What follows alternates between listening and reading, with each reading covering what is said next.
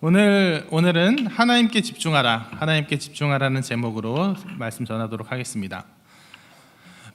흔히 하는 이제 누구나 아실 것 같은 동화 중에 백설공주 이야기가 있습니다. 백설공주. 그러니까 마녀가 마법의 거울을 갖고 있어서 매일 거울아 세상에서 누가 제일 예쁘냐 하면 항상 왕비마마가 제일 예쁩니다 이렇게 대답했다가 어느 날인가 백설공주가 제일 예쁩니다 해가지고 백설공주 죽이려고 하고 내쫓고, 그래서 백설공주 난장이 집에 피하고, 뭐 다시 얘기 길게 할 필요 없겠죠. 가서 독사가 먹이고 그 다음에 왕자 구해주고.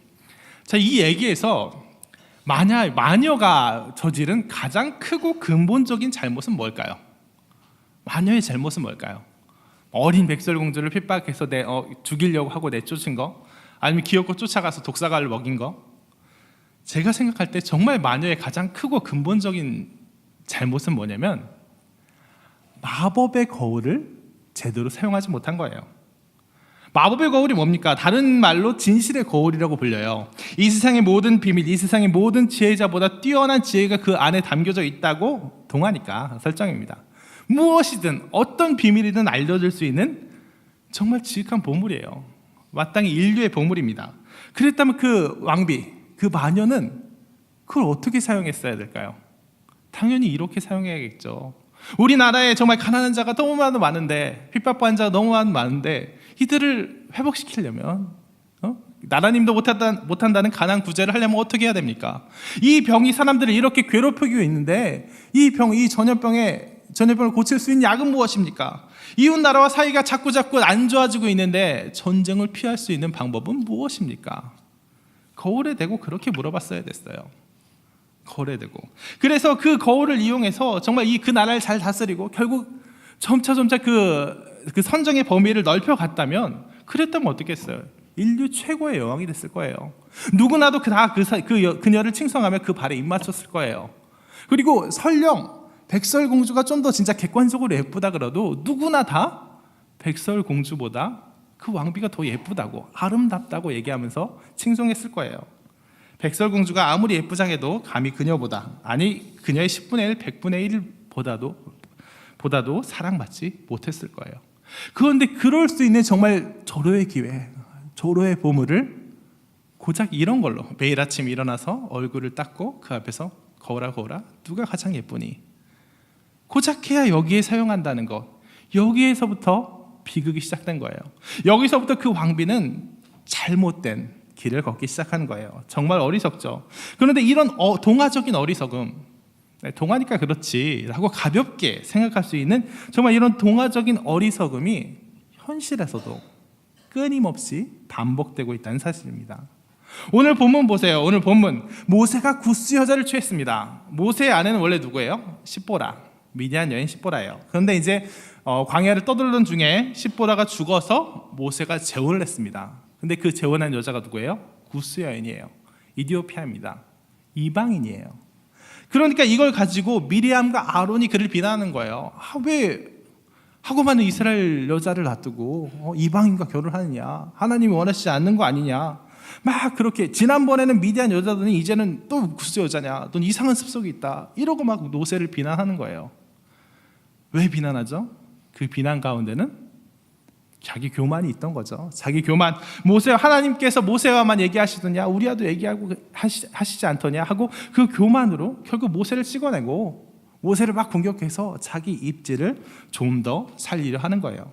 그래서 이후에는 어떻게 됩니까? 이후에는 다 아실 거예요. 오늘 읽지 않은 본문, 미리암이 나병에 걸려서 미리암이 주동적으로 모세를 공격했나 봐요. 그러니까 미리암과 아론, 미리암이 먼저 나오기도 하고 비방하였더니 이 동사의 시제가 여성형 시제기도 하고, 그래서 미리암이 나병에 걸리고 아론이 모세한테 빌고, 그래서 이제 모세가 하나님께 기도해서 나아지고, 다 이런 얘기가 뒤에 쭉 이어집니다. 여기에 대해서 이제 주로 어떤 식으로 이제 다루어지냐면, 이게 하나님이 세우신 모세의 권위에 대한 도전으로 하나님께서 이제 받아들이시고, 야, 난 모세와 대면하여 얘기하는 사이인데 네가 거기 권위에 도전하면 되냐 하고 그렇게 혼나요. 근데 오늘은 그 긴 본문 다 안 읽었죠. 1, 2절만 읽었어요. 여기서 거기에 집중해 보기를 원하기 때문이에요. 아론이 잘못한 것은 무엇이었을까? 아론이 잘못한 건, 그래요, 궁극적으로 아론이 잘못한 거는 하나님이 세우신 권위에 대한 도전이었어요. 근데 그보다 앞서서 아까 백설공주 얘기해서 마녀 얘기하듯이 아론의 근본적인 문제, 결국 하나님이 세우신 모세, 정말 하나님과 대면하여 얘기하는 그 권위의 소유자, 그에게 도전할 정도로 엇나가 버린 그 아론의 근본적인 문제는 뭐냐? 바로 하나님께 집중하지 못했다는 거. 백설공주에 나온 마녀가 그 거울을 제 용도로 쓰지 못했듯이 아론이 하나님과의 만남, 하나님과의 대화, 하나님과 우리와도 얘기하지 않으셨더냐? 환상일지 꿈일지 모르는 여호와 하나님께서 그에게 어떤 방법으로든 말 걸어주시고 하나님과 지금 함께하고 있다 하는 그런 영적인 체험을 엉뚱한 걸로, 그 귀한 체험을 엉뚱한 교만으로 흐르는 길로 사용해 버렸다는 거예요. 하나님께 집중하고 하나님을 사랑하고 더욱더 하나님 말씀대로 움직이기 위해서 사용해야 되는 그 귀중한 기회를 자기 교만으로, 자기 의로, 자기 자랑으로 사용해 버렸다는 거예요. 자, 아론을 보면 참 축복받은 사람입니다. 동생 잘 둬야 돼요. 이래서 단지 모세의 형이라는 이유로 바로의 궁전에 함께 갔을 때부터 그 신비하고 놀라운 역사를 옆에서 목격하고 함께 동참했던 사람이에요. 그 이후에도, 출애굽 이후에도 종종 아론이 함께 가고, 또 어떻게 해요? 대제사장이 그의 반열에서 계속 나오잖아요. 동생 하나 잘 둔 덕으로 큰 축복을 받은 사람입니다. 그런데 정작 그렇게 큰 역사를 목격하고 그렇게 큰 역사에 동참하고, 그래서 하나님 앞에 어떻게 곁다리로 남아 계속 얘기하고, 또 심지어 오늘 본문에 나오듯이 하나님께서 직접 그에게 또 말씀도 해주시고, 이렇게 끼워주신 그에게서 하나님 앞에 그 사랑과 신앙을 고백한 그 흔적은 정말 찾아보기 힘들어요. 그는 언제나 하나님을 신경 쓰다기보다는 항상 사람과 자기를 더 신경 쓴 것처럼 보여요. 비단 오늘 본문만이 아니라 모세가 산에 올라가 하나님과 40일을 보냈을 때 사람들이 다 그가 죽었다고, 모세가 죽었구나 하고 생각하고 좌절하고 낭망했을 때 어땠어요? 사람들이 아론에게 몰려가서 모세가 죽었으니 우리를 인도할 신을 내라 라고 얘기했을 때 그 아론, 그 놀라운 역사를 목격한 아론, 오늘 본문에도 말하듯이 자기와도, 하나님께서 자기와도 말씀하셨다고 자부하는 아론, 그래서 하나님께 음성을 들어본 아론 어땠어요? 하나님께 묻지 않았어요. 하나님 신경 쓰지 않았어요. 그는 그 순간 하나님 바라보지 않고 누굴 바라봤어요? 사람을 보고 자기들을 바라봤습니다.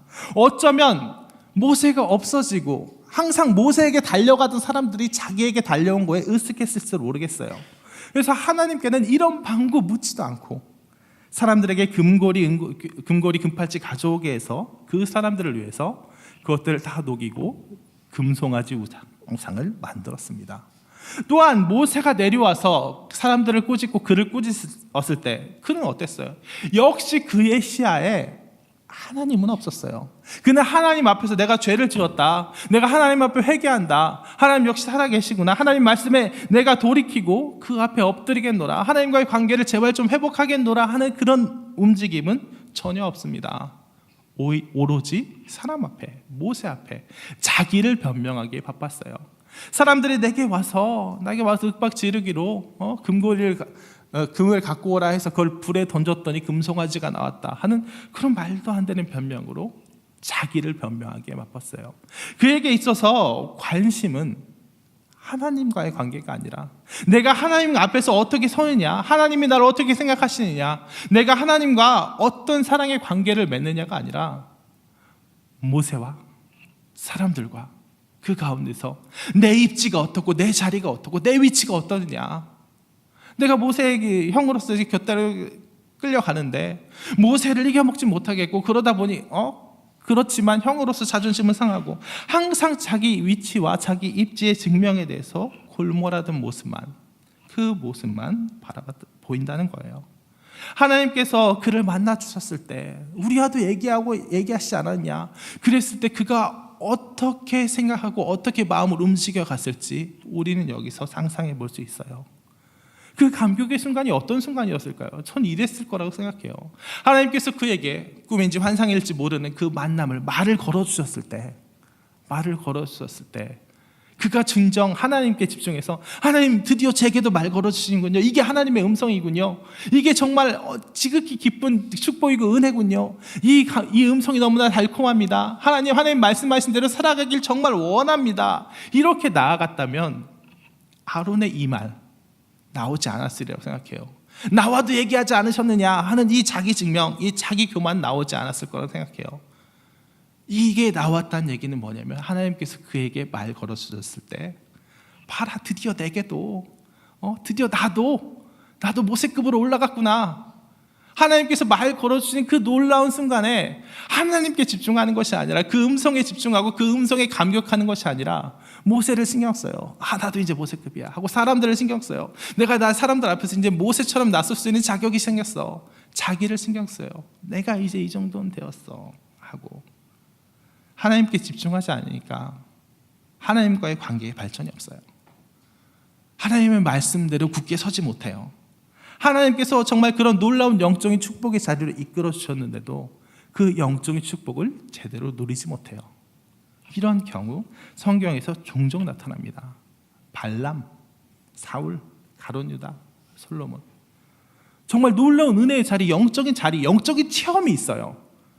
발람 같은 경우는 그가 얘기하는 그대로 막 다 이루어지고 하나님의 일을 다 알고 하나님한테 물어보잖아요. 직접 물어봐서 알기도 하고 그랬는데도 자기 욕심 하나 못 이겨서 이스라엘 백성 저주하려고 그러고 3번 실패한 다음에도 못된 꾀 알려주고 사울도 마찬가지. 가룟 유다가 제일 심하죠. 예수님과 3년 동안 같이 다니면서 그 은혜의 자리, 영적인 자리 다 목격하고 다 체험하고 설령 3년 내내 그냥 뭐 겉핥기 그리스도인이었겠어요. 그 가운데 감동도 있었을 거고 은혜도 받았을 거예요. 그럼에도 불구하고 결정적인 자리에서 그 영적인 은혜, 영적인 축복을 제대로 누리지 못하니까 그 가운데 자꾸 다른 것이 정말 향유옥합을 깨트린 그 은혜의 순간에서 거기에 집중하지 못하고 그 희생, 그 감격에 집중하지 못하고 가난한 자들에게 나눠줘야지 하고 그 이빠른 소리로 자기 욕심이나 드러내니까 결국에는 뭐예요? 결국 결정적인 순간에 배신하고 배반하고 마는 거예요. 하나님께 집중하지 못하는 사람, 하나님께서 내려주신 영적인 은혜, 영적인 체험에 집중하지 못하고 거기에 자꾸 딴 거를 끼워드리는 사람, 그 사람의 말로가 결국 이렇습니다. 하나님 가운데 바로 서지 않으면 바로 설 기회를 잃어버리는 거예요.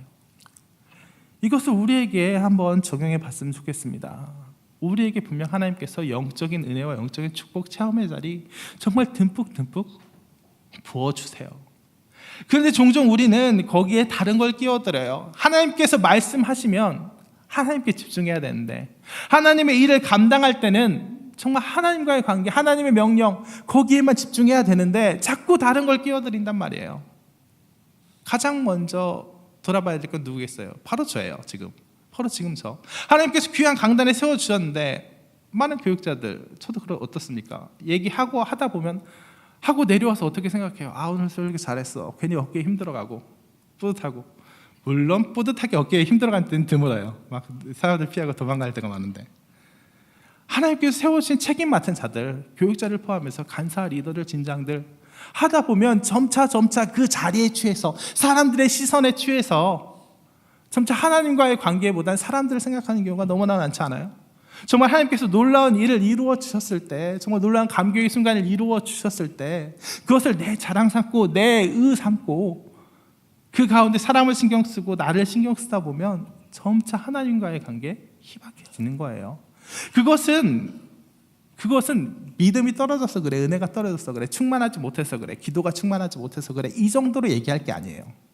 그것은 의식적으로 자기가 지켜가야 될 문제예요. 그러니까 무슨 뜻이냐면 하나님을 만나고 감격이 충만하면 사람들이 절로 신경 써지지 않고 그래서 하나님만 사랑해지고 그렇게 되는 것이 아니란 뜻이에요. 물론 그 순간에 감격이 있어요. 그 순간 하나님 만나고 하나님께서 은혜 축복 주시고 그런 특히나 처음 만났을 땐 더욱더 나를 사로잡는 감격이 있어요.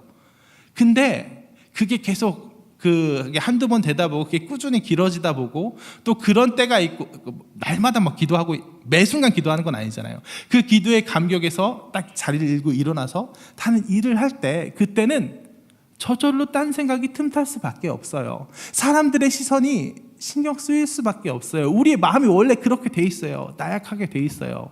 그래서 사람들의 시선 신경 쓰고 나약하고 넘어지고 그런 거를 기도가 부족해서 그 감격의 순간이 부족해서 라고 해석하는 거, 하나님에 대한 사랑이 부족해서 라고 해석하는 거, 거기에는 문제가 있어요.